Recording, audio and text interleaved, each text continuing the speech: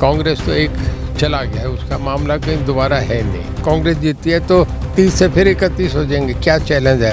कांग्रेस में इवन शैलजा को पता नहीं था कि कैंडिडेट कौन है, किरण चौधरी को पता नहीं, कुलदीप बिश्नोई को पता नहीं कैंडिडेट, आज भी उन्हें पता नहीं कि कैंडिडेट का नाम क्या है। 3 नए बिल आए हैं, किसान कहीं न कहीं लगातार नाराज है, तो आपको नहीं लगता है कि किसानों की नाराजगी सरकार के ऊपर भारी पड़ सकती है? विपक्ष का चेहरा बहुत बड़ा होता है, आखिर में आके सरकार जो है उसको दबा लेती है कि लोग ये सोचने लगते हैं कि सरकार से काम लेने हैं। प्रकाश चौटाला जी की बात करें या फिर भूपेंद्र सिंह हुड्डा की बात करें, बड़ौदा उपचुनाव के बाद जो है कि प्रदेश में मध्यवर्ती चुनाव भी हो जाए, ना कहीं रणदीप सुरजेवाला है, ना कहीं शैलजा घूम रही है, ना कहीं कुलदीप बिश्नोई है, ना कहीं किरण चौधरी है, इसका भी एक गलत मैसेज आता है। कहीं अभय सिंह चौटाला की बात करें फिर भूपेंद्र सिंह हुड्डा की बात करें, वो इस गठबंधन को कहीं न कहीं ठगबंधन का नाम दे रहे हैं कि विपक्ष है वो एफिडेविट दे, प्रेसिडेंट हाउस चला जाए, जाके ये दे, इंक्वायरी हो जाएंगी। बड़ौदा उपचुनाव को लेकर सभी राजनीतिक पार्टियां जोर शोर से यहां जो है अपने उम्मीदवार को जिताने के लिए एडी चोटी तक का जोर लगा रही है। अभी हमारे साथ हरियाणा सरकार में कैबिनेट मंत्री चौधरी रणजीत सिंह चौटाला मौजूद है। चौटाला साहब, बहुत बहुत स्वागत है बिंदास हरियाणा पर। जी बहुत धन्यवाद, थैंक यू जी सर। आपकी तरफ से, बीजेपी की तरफ से अगर हम बात करें तो लगातार जो है प्रचार किया जा रहा है, आपका भी आज प्रचार था, पूरे हलके में आप घूमे, काफ़ी गांव में गए, किस तरह का जन समर्थन, किस तरह का फीडबैक आपको मिला? देखिए चुनाव, देखिए हमने बाई इलेक्शन और चौसाब के होते बहुत लड़े। शुरू में विपक्ष का चेहरा बहुत बड़ा होता है, आखिर में आके सरकार जो है उसको दबा लेती है। मैं आपको बताता हूँ कि चौ देवलाल यहाँ से बाई इलेक्शन लड़ रहे थे, इसी सोनीपत लोकसभा से जी। और जब लास्ट चुनाव में आया तो चौ रिजिकराम जीत गए, चौ देवलाल भी हार गए, किताब सिंह मलिक भी हार गया था। तो सरकार का हमेशा ये होता है कि लास्ट में जाके लोग ये सोचने लगते हैं कि सरकार से काम लेने हैं। अब मैं जो देख रहा हूँ बहुत तेज़ी से माहौल बदला, इवन मेरी मीडिया वालों से भी बहुत लोगों से बात हुई, आज मेरी मीडिया कॉन्फ्रेंस थी, उसमें भी बाद में दोस्त मित्र तो हैं ही, अलग बात कर लेते हैं, ऑफ द रिकॉर्ड सब बातें होती हैं। उन्होंने भी ये कहा कि इलेक्शन अब पूरा तुल पकड़ गया। अब कल माननीय मुख्यमंत्री जी आ रहे हैं, मैं भी, मेरा उनका साथी प्रोग्राम है, फिर 31 को सीएम साहब का दुष्यंत का इकट्ठा प्रोग्राम है, बाकी सारे मिनिस्टर्स कंवरपाल भी लग रहे हैं, आपका आज संदीप सिंह भी मुझे मिले, मैं भी जा रहा हूँ, हर जगह एमएलए गांव में बैठे हैं। तो कांग्रेस का इतना मैनेज नहीं है, अकेले भूपेंद्र और दीपेंद्र दो ही लग रहे हैं, ना कहीं रणदीप सुरजेवाला है, ना कहीं शैलजा घूम रही है, ना कहीं कुलदीप बिश्नोई है, ना कहीं किरण चौधरी है, इसका भी एक गलत मैसेज आता है। मतलब बीजेपी टोटल यूनाइटेड, साथ जो एलीज हैं, जो भी चाहे वो इंडिपेंडेंट हैं, जेजेपी हैं, वो पूरे मजबूती से साथ दे रहे हैं। और कांग्रेस में बहुत अनमने मन से कोई कांग्रेस में काम कर रहा है, और गांव में कहीं नीचे ग्राउंड पे कोई काम है ही नहीं। तो मेरा ये मानना है कि निश्चित रूप से बीजेपी जीतेगी।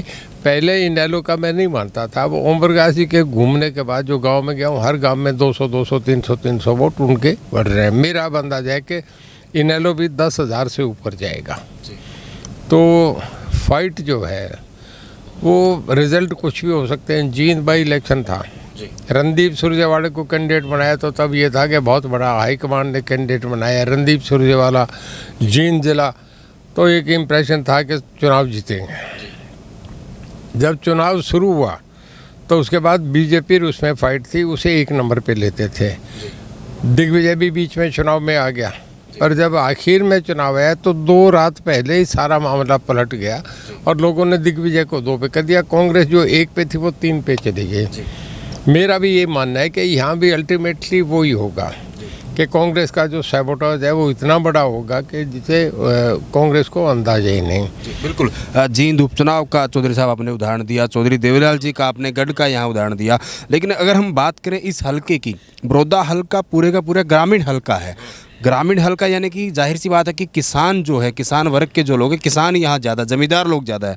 तो उस तरीके से अगर बड़ौदा में देखा जाए, किसानों का जो मामला चल रहा है, जो 3 नए बिल आए हैं, किसान कहीं न कहीं लगातार नाराज है, तो आपको नहीं लगता है कि किसानों की नाराजगी सरकार के ऊपर भारी पड़ सकती है? देखिए मैं नहीं मानता, बाई इलेक्शन अलग चीज़ है। देखिए स्टेट का सब्जेक्ट ही नहीं है, आप तो मीडिया वाले हैं, पढ़े लिखे लोग हैं। पंजाब के कैप्टन अमरिंदर सिंह धरना दे रहे हैं, सरकार का कोई, स्टेट का कोई रोल नहीं है, तो सेंट्रल गवर्नमेंट के लॉ हैं, उन्होंने बनाए हैं। स्टेटों में जाएंगे, डिस्कशन होगी, बहुत लंबा समय है इसका लोगों ने, ये तो कांग्रेस ने थोड़ा मैनेज करा तब हुआ। इसमें और मैं समझता हूँ उससे ज़्यादा आड़तियों का रोल था। किसान 2 साल बाद ये समझेगा कि हमारा फ़ायदा हो रहा है, क्योंकि जो बीच में मिडिल मैन थे वो सब आउट हो गए, सीधा पैसा सरकार से किसान को सीधा जा रहा है। मैं ऐसे इतना बुरा नहीं मानता, मतलब अल्टीमेटली लोग इसे रियलाइज़ करेंगे, होगा। देखिए, आप मध्य प्रदेश चले जाएं, आप बिहार चले जाएं, यूपी, आप गुजरात चले जाएं, किसी स्टेट में एमएसपी नहीं है, खाली पंजाब, हरियाणा और उत्तर प्रदेश में। ये इस करके थी कि ये सारा फर्टाइल एरिया था, ऐसे हालात थे कि हमें अमेरिका से गेहूँ लेना, उन दिनों में एमएसपी 90 में इंट्रोड्यूस कर दी गई। यहाँ 8 फसल में 8 जो है फसलें, जैसे गेहूँ है, आपका धान है, इसका बाजरा है, मक्का है, इनमें सब में सरकार को दे रही है सब्सिडी ना, ये आपका एमएसपी पे दे रही है। बिहार में 1400 बिकती है, यहाँ गेहूँ ये बिक रहा है। अब जो रोहतक, सोनीपत, झज्जर, गुड़गांव, बहादुरगढ़ का जो किसान है, फरीदाबाद का, वो हरियाणा में तो गेहूँ बिकेगा 2000, 1970-75, और दिल्ली में जाएंगे तो वो 2700 बिकता है। तो उन लोगों को जब स्टेट में वो इंटर स्टेट आपस में ख़त्म कर दिया तो वो लोग वहाँ जाके बेचेंगे, उसका फ़ायदा होगा। बिल्कुल। चौधरी साहब, आपने यहाँ की अगर बात करें बड़ौदा की, बीजेपी की तरफ से आपने कहीं ना कहीं जीत का दावा किया। वहीं अगर हम आपके बड़े भाई चौधरी ओम प्रकाश चौटाला जी की बात करें या फिर भूपेंद्र सिंह हुड्डा की बात करें, कहीं ना कहीं उनका ये कहना है कि बड़ौदा उपचुनाव के बाद जो है चुनावी समीकरण पूरे बदल जाएंगे और सरकार की उल्टी गिनती शुरू हो जाएगी, और कहीं ना कहीं ऐसी नौबत भी आ सकती है कि प्रदेश में मध्यवर्ती चुनाव भी हो जाए। आप कैसे देखते हो इसको? देखिए, 1970 में जो देवीलाल बाई इलेक्शन लड़े थे, 1974 की बात है। 1974 में जो बंसीलाल मुख्यमंत्री थे, रोडी बाई इलेक्शन था, एक महम था, दोनों ही विपक्ष जीत गया था, जो बंसीलाल की सरकार चलती रही। यहाँ तो एक बाई इलेक्शन है ना, पहले 31 थे, 30 हो गए। 1 मिनट मान लिया जाए कि कांग्रेस जीतती है तो 30 से फिर 31 हो जाएंगे, क्या चैलेंज है। मध्य प्रदेश में तो 27 सीटों पे चुनाव हो रहा है, इन बातों से फर्क नहीं पड़ता। बाई इलेक्शन एक मैंडेट है, इसका कोई लंबा चौड़ा उस पर असर नहीं पड़ता। कितने लोकसभा के चुनाव है, आज तक मैंने तो कहीं लोकसभा, विधानसभा, कहीं सरकारें गिनती, उल्टी गिनती नहीं देखी। चौटाला साहब, गठबंधन की तरफ से लगातार बड़े बड़े नेता प्रचार करने आ रहे हैं। अगर नारनौल से विधायक रामकुमार गौतम की बात करें तो वो भी कहीं न कहीं यहाँ प्रचार करने आए थे, और उन्होंने लोगों को संबोधित करते हुए एक बहुत बड़ी बात यहाँ कही, क्योंकि जातिगत बयान जो है लगातार सुनने में आ रहे हैं। उन्होंने कहा कि अगर योगेश्वर दत्त हार जाता है तो जाटों के ऊपर बहुत बड़ा कलंक लग जाएगा। कैसे देखते हैं आप इसको? अगर हार जाता है तो जाटों पे कलंक लगता है, कलंक लग जाएगा बहुत बड़ा। नहीं, योगेश्वर दत्त के जीतने से या हारने से? अगर, क्योंकि देखो, अगर नारनौल की बात करूँ, उन्होंने ये भी कहा कि नारनौल में अगर मैं जीतता हूँ तो जाटों की बदौलत जीतता हूँ। यहाँ पे जाट जो वोट है उनकी संख्या ज़्यादा है, तो कहीं ना कहीं उन्होंने एक स्पेशल कम्युनिटी को जो है काउंटर करते हुए कहा कि अगर योगेश्वर दत्त बाई चांस यहाँ से हार जाते हैं तो जाटों के ऊपर बहुत बड़ा कलंक होगा। पंडित जी हमारे से उम्र में बड़े हैं, सीनियर साथी हैं, पहले भी विधायक रहे हैं, अब हमारे साथी हैं। मैं उनकी टिप्पणी पे कोई बात नहीं कहना चाहूँगा। मैं इन बातों को मानता भी नहीं, जाट ब्राह्मण कोई ये बात। देखिए, 36 जाते हैं हमारे चौटाला गांव में, कभी ये हो जाए कि भाई जाट ही सरपंच बने, ऐसा नहीं है, दूसरा भी कोई बन जाता है। ये आपस में गांव में कभी इन बातों को लोग नहीं देखते, चुनाव में हम लोग उठा देते हैं कि ये है वो है, इस बात की कोई लोगों में नहीं होता। लोग ये देखते हैं कि बढ़िया कौन है। मैं एक बताऊं कि लोग फेस को वोट देते हैं। लोकसभा का चुनाव था, लोगों ने राहुल गांधी और नरेंद्र मोदी में जब चुनना था तो श्री नरेंद्र मोदी जी को बहुत बड़े बहुमत से हुआ। 1987 के बाद ना 1984 के बाद तब राजीव गांधी को अकेले को एक बहुत बड़ा मैंडेट मिला था। उसके बाद हंग असेंबली आई, 1989 में भी वीपी सिंह की मिलीजुली सरकार थी। इसके बाद देवेगौड़ा बने, वाजपेयी जी बने, मनमोहन सिंह बने, चंद्रशेखर बने, आपका इन सब की जब बनी तो वो अलायंस कोलिशन गवर्नमेंट आई। पहली बार मतलब 1984 के बाद 2014 में 30 साल के बाद नरेंद्र मोदी जी को लोगों ने एक तरफा वोट दिया, सिंगल पार्टी बहुमत में। फिर उसके बाद 5 साल बाद 2019 में फिर लोगों ने उन्हें फिर बहुमत दे दिया, अकेली पार्टी को फिर बहुमत दिया। चेहरे के वोट मिलते हैं। योगेश्वर दत्त का नाम मैं आपसे ही पूछ रहा हूँ कि उनका नाम अब से नहीं, योगेश्वर दत्त का नाम तो मैंने देखा नहीं था, तब पहले ही टीवी पे देखा कि वो यार हुड्डा साहब भी मन से कहते थे कि हरियाणा के एक गोल्ड मेडल हो रहा है, मेरे भाई सोनीपत से ये लेके आए हैं, तारीफ करते थे कि हमें उन पे नाच है, और उनका नाम सब जानते थे।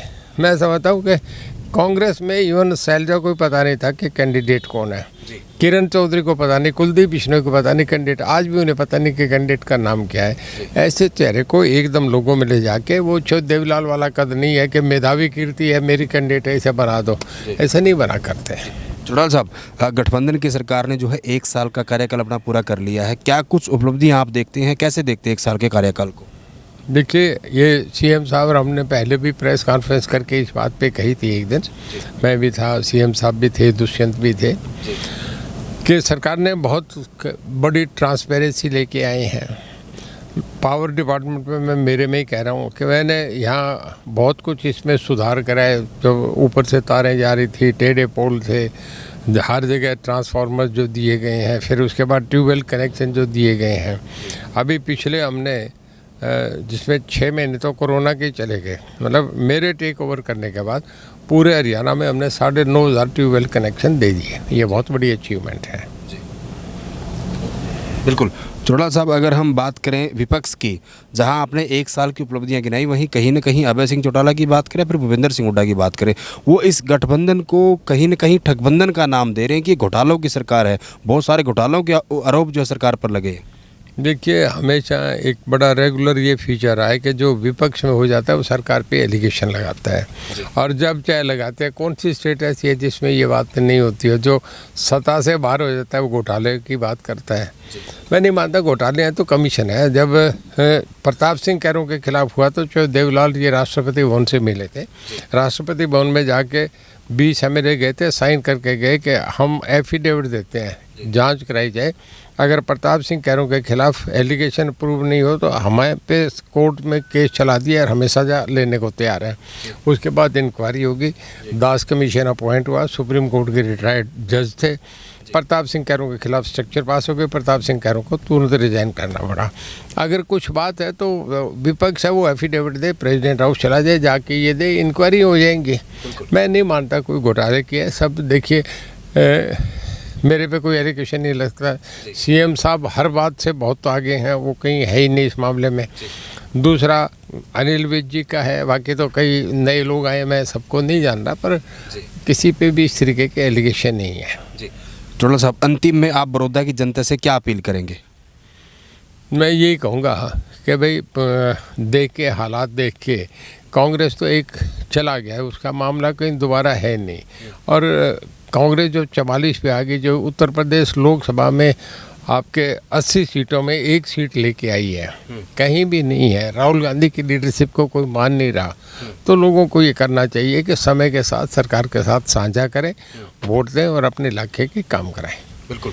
तो ये थे हमारे साथ हरियाणा सरकार में कैबिनेट मंत्री चौधरी रणजीत सिंह चौटाला, जहाँ कहीं ना कहीं उन्होंने बड़ौदा सीट को लेकर जो है जीत का एक बहुत बड़ा दावा किया है। उसके साथ साथ कहने की चौटाला साहब ने सरकार का जो 1 साल का कार्यकाल पूरा हुआ है उसकी भी कहीं ना कहीं उपलब्धियां यहाँ गिनाई है। हालांकि आने वाला समय बताएगा कि बड़ौदा की जनता किसे अपना विधायक चुनकर जो है वो चंडीगढ़ भेजती है।